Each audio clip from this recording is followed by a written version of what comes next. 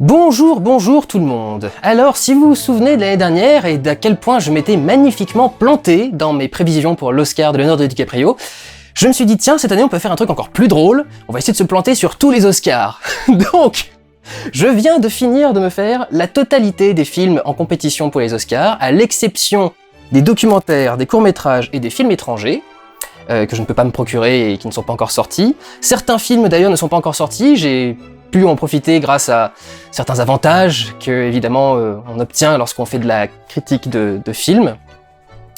Et du coup j'ai décidé de revenir sur chacun avec quand même la possibilité de me planter s'il y avait besoin. Je vais vous faire celui que moi je voudrais voir gagner et celui qui à mon avis va remporter l'Oscar. Donc comme ça j'aurai au moins une chance sur deux de ne pas me planter et on verra bien quel est l'état des lieux à la fin et si je me suis à ce point viandé. Alors avant d'entrer dans le détail, plusieurs petites remarques. Déjà, ça commence à devenir chiant les films nommés aux Oscars qui sortent après la cérémonie. Comment voulez-vous qu'on sache s'ils méritent leurs Oscars ou pas? Je parle en particulier de Hidden Figures et de 20th Century Women par exemple qui ne sont pas encore sortis en France et qui sont à mon sens, parmi les très bons de cette liste. À propos de la liste, justement, j'ai noté que la quasi-totalité des films dont il est question cette année parlent de la famille. Je sais pas exactement pourquoi, mais si vous regardez Arrival, il y a un sens profond sur la famille du personnage. Fences est entièrement fait sur la famille. Hacksaw Ridge, c'est un personnage qui veut retrouver sa copine et pouvoir sauver des gens qui ont des familles, du coup. Et tout l'aspect famille, d'ailleurs, est extrêmement fort chez lui. Il y a toute une histoire avec son père, le fait qu'il ait pas envie qu'il aille à la guerre, etc. Il y a un truc familial. Hell or High Water, c'est deux frangins qui font des cambriolages. Hidden Figures, c'est on suit à chaque fois la vie de famille de chacune des trois femmes et on voit à quel point elles ont une vie de mérite. La La Land, c'est deux personnes qui essaient de fonder leur propre famille, mais c'est surtout le truc très cinéma. C'est peut-être l'exception, la plus grosse exception avec Hidden Figures. Lion, tout tourne autour de la famille du gamin. Manchester by the Sea, tout tourne autour de leur famille. Moonlight, même chose. Et les trois quarts des films, c'est comme ça. Donc il y a une espèce de thème famille cette année aux Oscars. Je sais pas pourquoi exactement. Je m'attendais avec les élections à un truc beaucoup plus engagé politiquement, mais non, c'est la famille. Alors bon, il y a aussi de l'engagement politique, hein, bien sûr. Et surtout, il y a des films, je comprends pas ce qu'ils foutent là. Florence Foster Jenkins, à part pour essayer de filer un 14e Oscar à Meryl Streep, mais je pense qu'elle sait même plus où les fourrer maintenant. Enfin, elle a plus de place sur la cheminée, elle a plus de place sur l'étagère, je sais pas où est-ce qu'elle en fout maintenant. Et le film en lui-même est pas ouf. C'est un remake du film français Marguerite, si jamais vous l'avez vu. Lion, je viens de faire un vlog, à part le fait que ce soit produit par les frères Weinstein, je vois pas ce que ça fait là. Hacksaw Ridge, c'est vraiment pour dire à Mel Gibson allez, on veut bien essayer de te pardonner en ce moment. Fences, je trouve que c'est du théâtre filmé et je vois pas ce que ça fait là, mais je pense que ça risque de prendre au moins une ou deux statuettes, vous verrez. Et Manchester by the Sea, qui pour moi, je crois que le seul truc c'était essayer de filer une statuette à un truc produit par Amazon Studios, donc pas les gros studios hollywoodiens, mais un autre studio à côté. Peut-être. Mais alors, j'ai rarement vu un truc aussi... J'ai vraiment eu l'impression de voir un film d'étudiant qui vient de finir son école de cinéma, en particulier au niveau du jeu d'acteur, parce que Casey Affleck, c'est une blague. Du coup, on va y aller petit à petit, je vais les faire à l'envers pour finir par les plus importants, les rôles et les meilleurs films. Et il y a quelques rares occasions où j'ai du mal à me décider pour savoir ce que les Oscars vont nommer, donc du coup, je vous donnerai les deux. Sur ce, les amis, allons-y. Pour l'Oscar du meilleur scénario original, sont nommés Hell or High Water, La La Land, The Lobster, Manchester by the Sea et 20th Century Woman. Je souhaiterais voir gagner 20th Century Woman, que j'ai trouvé particulièrement intéressant, et je pense que ce qui va gagner l'Oscar, ce sera The Lobster.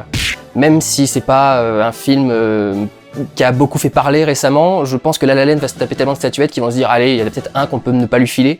Et dans les films au scénario, je pense que The Lobster est celui qui a le plus de chances de l'avoir. Pour l'Oscar de la meilleure adaptation sont nommés Arrival, Fences, Hidden Figures, Lion et Moonlight. Je souhaiterais voir gagner Hidden Figures, excusez-moi je bafouille un petit peu, et je pense que celui qui va gagner l'Oscar ce sera Moonlight. Pour le scénario de ce gamin qui essaie de s'en sortir, il y a beaucoup d'éléments dans ce film qui plaisent beaucoup au jury des Oscars, généralement. En ce qui concerne l'Oscar des effets spéciaux, alors vraiment j'ai du mal à comprendre les nommer parce que il y en a aucun que je trouve vraiment au niveau. Les nommés sont Deepwater Horizon, qui est sympa, mais à chaque fois qu'il y a un plan où la station est fausse, ça se voit. Doctor Strange, qui a de très beaux effets psychédéliques, mais rien de sensationnel, rien d'extraordinaire. The Jungle Book, avec ses fourrures et ses rendus d'animaux. Kubo and the Two Strings, très intéressant, mais je pense que les gens verront pas la différence entre l'animation réelle et ce qui est effets spéciaux rajoutés dans le film. Et Rogue One, A Star Wars Story, qui, pour moi, mérite à la fois mon Oscar et le véritable Oscar. Je pense que c'est Rogue One qui va l'avoir, c'est le seul Oscar technique auquel il peut vraiment prétendre, parce que je crois qu'il est nommé une autre fois pour autre chose, mais rien de très intéressant, non à peine, il est pas nommé, il est pas nommé une autre fois. Donc ouais, je dirais que c'est lui qui le mérite le plus. Pour ce qui est du meilleur mixage sonore, c'est-à-dire la façon de mixer en termes de volume, d'ambiance, etc., le son. Sont nommés Arrival, Hacksaw Ridge, La La Land, Rogue One, A Star Wars Story, bah si, finalement il est là. 13 Hours, The Secret Soldiers of Benghazi, qui est un film de Michael Bay. Et je m'étonne qu'il soit là, mais c'est vrai que le son était vachement intéressant. Cela dit, je pense que celui qui va gagner et qui mérite l'Oscar du son, et qui va gagner le mien et qui mérite le vrai Oscar, c'est Arrival. Premier contact, je trouve que le mixage son est incroyable là-dedans et je comprends même pas pourquoi les autres sont nommés. donc voilà, peut-être La La Land, parce que c'est une comédie musicale, mais je pense que ce serait aller loin, il n'y a pas un mixage son particulièrement fou dans La La Land. En ce qui concerne le montage son, sont nommés à nouveau Arrival, Deepwater Horizon, Hacksaw Ridge, La La Land et Sully. Je donnerais personnellement l'Oscar du montage son à Sully. J'ai beaucoup aimé du travail du son qu'il y avait dans ce film. En particulier, il y avait des cuts très très brusques pour arriver au son. Enfin, il y avait des trucs très très intéressants. Et je pense que celui qui va le remporter sera Arrival, encore une fois. Oscar des meilleurs décors, qui s'appelle en version originale, et c'est un faux ami Production Design. Sont nommés Arrival, Fantastic Beasts and Where to Find Them, Hail Caesar, La La Land et Passengers. Je donnerais personnellement mon Oscar au décor de science-fiction très étrange et très épuré de Arrival. Je pense, cela dit, que ceux qui peuvent gagner, et là j'ai un doute, ce serait Hail Caesar et La La Land, parce qu'ils sont tous les deux dans le milieu d'Hollywood, et ils font tous les deux une recherche pour reconstituer un certain type d'ancien Hollywood. C'est le seul Oscar pour lequel il est nommé Hail Caesar, donc on va dire... Parce que La La Land, je trouve pas que les décors soient ouf, finalement. C'est pas les décors qu'on retient le plus dans La La Land, c'est plutôt ce qui est autour. Donc je dirais... Hail Caesar. Au moins un Oscar pour les Coen. Alors dans ce prochain domaine, vous savez que je suis pas très très à l'aise, mais je vais quand même essayer de vous donner ma meilleure opinion. En ce qui concerne la meilleure musique originale composée pour un film, sont nommés Jackie, La La Land, Lion, Moonlight et Passengers. J'ai détesté la bande-son de Passengers, je l'ai vraiment pas trouvé très bonne, je trouvais que c'était bordélique et que ça ressemblait à rien, on dirait un mec qui fait une crise d'épilepsie sur un clavier. Donc voilà, celle de Jackie, Lion et Moonlight, je les trouve pas marquantes. Donc je pense que celui qui mérite mon Oscar et le véritable Oscar, c'est bien entendu La La Land. Musique originale, parmi les autres nommés, j'en vois aucun qui mérite quoi que ce soit, la moindre note d'intention de la part d'un Oscar musical. Et en ce qui concerne la meilleure chanson composée pour un film, sont nommés l'audition The Fools Who Dream de La La Land, qui est la première chanson de La La Land à être nommée, la deuxième est City of Stars, de La La Land de toujours. Ensuite, chanson de Justin Timberlake, qui est inclue dans la bande-son des Trolls, Can't Stop the Feeling, que j'arrive pas à considérer comme une chanson originale du coup. The Empty Chair, qui est dans le film Jim de James Foley Story, et enfin How Far I'll Go, qui est dans Moana, le film de Disney, Vaiana en français. Je pense que l'Oscar sera remporté par City of Stars de La La Land. La La Land, City of Stars, Oscar, tout est fait pour aller ensemble. En ce qui me concerne personnellement, et c'est là que je pense vous surprendre, dans ces 5 chansons que je viens de réécouter chacune à la suite, je vous avoue que ma préférée c'est How Far I'll Go de Moana, Vaiana, donc la chanson de Disney.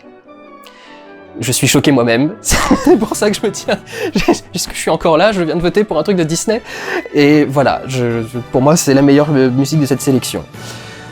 Ensuite, maquillage et effets spéciaux, je crois qu'ils sont en dépression cette année, il n'y a que 3 nommés, et ça se comprend parce qu'effectivement il y a très peu de films qui s'éclatent au maquillage et aux effets spéciaux en ce moment. Un film étranger, parce qu'ils avaient même aucun moyen d'en trouver plus intéressant que ça apparemment aux États-Unis, A Man Called Ove, je vous en ai parlé dans mes rattrapages de 2016. Star Trek Beyond et Suicide Squad. Suicide Squad, il y a vraiment que Killer Croc qui a vraiment un maquillage, les autres, il y a rien de spécial. Faire des couettes à Harley Quinn, c'est quand même pas un truc de ouf, même si elles sont un petit peu teintes au bout. A Man Called Ove, je crois que principalement c'est le mec, je crois que le vieux est un peu maquillé, mais à peine. Donc pour moi, mon Oscar et l'Oscar reviennent à Star Trek Beyond par défaut, parce que oui d'accord, c'est celui où ils font le plus de démonstrations de maquillage et de coiffure, mais ça mérite pas un Oscar, vraiment, c'est parce que c'est le seul de l'année à en faire, quoi. Meilleur montage, alors je vous avoue que j'ai énormément galéré sur celui-là, sont nommés Arrival, Hacksaw Ridge, Hell or High Water, La La Land et Moonlight. Je pense que je donnerai mon Oscar à Hell or High Water, Comment Chéria, qui s'appelle en français. Je pense que celui qui va le gagner, j'arrive pas à voir ce que le montage de Arrival aurait été si formidable, ni des autres, parce que c'est pas le montage de La La Land qui est intéressant, c'est plutôt comment c'est tourné. Donc pour moi, l'Oscar sera remporté par Hacksaw Ridge. Le seul Oscar vraiment que je peux voir ce film gagner, parce que toute la scène de baston à la fin, le montage et le mixage son. Alors ensuite, en principe je devrais commencer par réalisateur, mais je vais le garder pour la fin avec le meilleur film. Meilleur costume sont nommés Allied, Allié, de Robert Zemeckis, Fantastic Beasts and Where to Find Them, Florence Foster Jenkins, Jackie et La La Land. Je pense que celui qui le mérite le plus... Il y a beaucoup de costumes créés intéressants dans Fantastic Beasts, et c'est là qu'il y a le plus de travail. En termes de création pure, je pense cela dit qu'en termes d'utilisation du costume dans le film, de représentation, et etc., l'utilisation des codes couleurs de La La Land est vraiment le plus intéressant dans toute cette liste. Donc mon Oscar personnel et l'Oscar, à mon avis, doivent revenir à La La Land en ce qui concerne les costumes. En ce qui concerne la meilleure... Si, faut que je commence à passer aux gros Oscars là du coup. Meilleure photographie. Sont nommés pour la meilleure photo Arrival, La La Land, Lion, Moonlight et Silence de Martin Scorsese. Vous pensez bien que pour moi il mérite pas l'Oscar. Je le filerai plutôt à Moonlight, que j'ai trouvé assez intéressant pour son esthétique assez intimiste, son travail de la profondeur de champ, etc., etc. Je pense cela dit que ceux qui ont le plus de chances de l'avoir sont Arrival et La La Land. Et pour son travail de la pellicule et de la couleur, je pense que c'est La La Land qui va le remporter. J'hésite beaucoup avec Arrival parce que la photographie d'Arrival est très très belle. Mais je crois que c'est plus le côté pellicule et couleur qui charmera les membres du jury des Oscars que l'esthétique plutôt sobre et esthétique d'Arrival. En ce qui concerne, je vais pas passer au film d'animation, meilleur acteur dans un second rôle. Sont nommés Mahershala Ali pour Moonlight, Jeff Bridges pour Hell or High Water, Lucas Hedges pour Manchester by the Sea, Dev Patel pour Lion, supporting role, et Michael Shannon pour Nocturnal Animals. Je pense, parce qu'il est dans une bonne série en ce moment, que c'est Mahershala Ali qui va gagner l'Oscar pour Moonlight. Il a déjà gagné beaucoup de trucs, des Golden Globes, des trucs dans ce genre-là. En ce qui me concerne, j'ai un doute entre le seul bon acteur de Manchester by the Sea, Lucas Hedges, et Michael Shannon, qui est juste brillant dans tout ce qu'il fait. Et dans Nocturnal Animals, il a un rôle secondaire, effectivement, mais assez intéressant. Et j'hésite entre les deux. Je pense que sur de la pure performance, j'ai envie d'encourager Lucas Hedges parce qu'il est jeune et qu'il y a vraiment personne pour l'aider sur ce plateau. À l'exception des actrices féminines, je crois. Certaines actrices féminines jouent bien. Je vais dire Michael Shannon. C'est pour sa carrière en plus de tout le reste. Meilleure actrice dans un second rôle. Sont nommés Viola Davis pour Fences, Naomi Harris pour Moonlight, Nicole Kidman pour Lion, Octavia Spencer pour Hidden Figures et Michelle Williams pour Manchester by the Sea. Je pense que le jeu avec Morve de Viola Davis lui vaudra un Oscar. En ce qui me concerne, je donnerai plutôt le mien à Naomi Harris pour Moonlight, qui joue la mère dans Moonlight et qui est vraiment assez saisissante. Et j'espère qu'elle va l'avoir parce qu'elle le mériterait vraiment absolument. Ensuite, on va faire meilleure actrice dans un rôle principal. Sont nommés Isabelle Huppert pour Elle, Ruth Negga pour Loving, Natalie Portman pour Jackie, Emma Stone pour La La Land et Meryl Streep pour Florence Foster Jenkins. Je pense que l'Oscar reviendra à Ruth Negga, qui fait un rôle très discret et tout en très bien composé dans Loving. Mais ma petite favorite, c'est bien évidemment Isabelle Huppert. petite favorite. Et j'espère de tout cœur qu'elle l'aura parce qu'elle le mérite. Et je voudrais vraiment qu'elle ait cet Oscar de la meilleure actrice. Parce qu'un César, c'est gentil, mais bon, un Oscar, c'est quand même autre chose. Et meilleur acteur dans un rôle principal sont nommés la blague Casey Affleck dans Manchester by the Sea, Andrew Garfield dans Hacksaw Ridge, Ryan Gosling dans La La Land, Viggo Mortensen dans Captain Fantastic, la seule nomination pour Captain Fantastic, alors qu'il y avait de très bons acteurs là-dedans, Denzel Washington dans Fences qu'il a lui-même réalisé. En ce qui me concerne, vous savez que j'ai un énorme coup de cœur pour Captain Fantastic et j'adore Viggo Mortensen à l'intérieur, et dans les choix qui me sont proposés, c'est clairement lui à qui je remets mon Oscar. Je pense que l'Oscar a des chances de balloter entre Ryan Gosling pour La La Land et Denzel Washington pour Fences. Et comme je déteste tout particulièrement le jeu de Denzel Washington dans Fences, je vais dire que c'est lui qui va gagner l'Oscar, c'est ce qui me paraît le plus crédible. Je trouve qu'il a un jeu extrêmement théâtral et je trouve pas ça très intéressant. C'est pas tant le jeu d'ailleurs, c'est son accent. Son accent est très théâtral. Son jeu est naturel, le jeu de tous les personnages est naturel, le texte est théâtral, et son accent afro-américain, là, je le trouve ultra forcé. Mais bon, ils vont peut-être dire que c'est génial. Pour ce qui est des gros Oscars maintenant. En ce qui concerne le meilleur film d'animation, sont nommés Kubo and the Two Strings, Moana... Alors, Kubo and the Two Strings ou Kubo et la légende des deux armures, je crois. Non, la légende de l'armure magique, c'est en français. Moana traduit Vaiana en français. My Life as a Zucchini, qui est, je crois, un film français qui s'appelle Ma vie de courgette, Ma vraie vie de courgette. The Red Turtle, la tortue rouge, et Zootopia. En ce qui me concerne, mon Oscar revient à Kubo and the Two Strings, ce qui, je pense, en satisfera plusieurs d'entre vous qui m'avaient beaucoup conseillé, vous avez eu tout à fait raison. Je pense que l'Oscar sera remis à un des deux Disney. Ça me ferait extrêmement chier que ce soit Zootopia qui l'ait, parce que ce film, pour moi, véhicule des idées foncièrement viciées et mauvaises. Vous avez l'impression que ça véhicule un truc bien, mais pas du tout. Le message de ce film est exactement celui qu'il dénonce, justement. Donc je voudrais pas qu'il le gagne. Moana me conviendrait un peu plus, et cela dit, je pense pas que ce soit le meilleur film d'animation du tout. Si ça se joue entre Moana et Kubo, je dirais Kubo. Je ne pense pas, hélas, que Kubo l'aura. Mais espérons. Et alors maintenant, pour les deux Oscars principaux, sont nommés pour le meilleur réalisateur Denis Villeneuve pour Arrival, Mel Gibson pour Hacksaw Ridge, Damien Chazelle, qui donc est français en fait, son père est français apparemment, pour La La Land, Kenneth Lonergan pour Manchester by the Sea, et Barry Jenkins pour Moonlight. Et en ce qui me concerne, et en ce qui concerne les Oscars, je pense que Moonlight est celui qui mérite le plus. Au niveau réalisation, direction d'acteur, idées visuelles, etc. Je pense que le plus complet, le plus intéressant de tous est Moonlight. Et enfin, en ce qui concerne le meilleur film, sont nommés Arrival, Fences, Hacksaw Ridge, Hell or High Water, Hidden Figures, La La Land, Lion, Manchester by the Sea et Moonlight. Je pense que l'Oscar sera remporté par La La Land. J'ai du mal à voir Arrival gagner, j'ai du mal à voir un des autres gagner, à part peut-être Moonlight. Je serai en ballottage entre La La Land et Moonlight, mais les autres, je pense que non. Et en ce qui me concerne, je sais que ça va être un peu rageux pour vous parce qu'il n'est pas encore sorti et vous pourrez pas trop en juger, mais pour moi, le meilleur film de cette liste, c'est Hidden Figures. Mais alors vraiment, c'est comme pour un top au début de l'année, je sais pas comment distinguer tous ces films entre eux, quoi.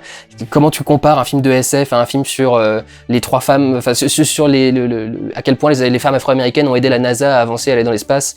Comment tu compares ces deux choses-là? Donc c'est juste celui qu'on a le plus apprécié, et dans toute la liste qui est là, Moonlight, Hidden Figures, Hell or High Water et Arrival sont les quatre que j'ai vraiment appréciés.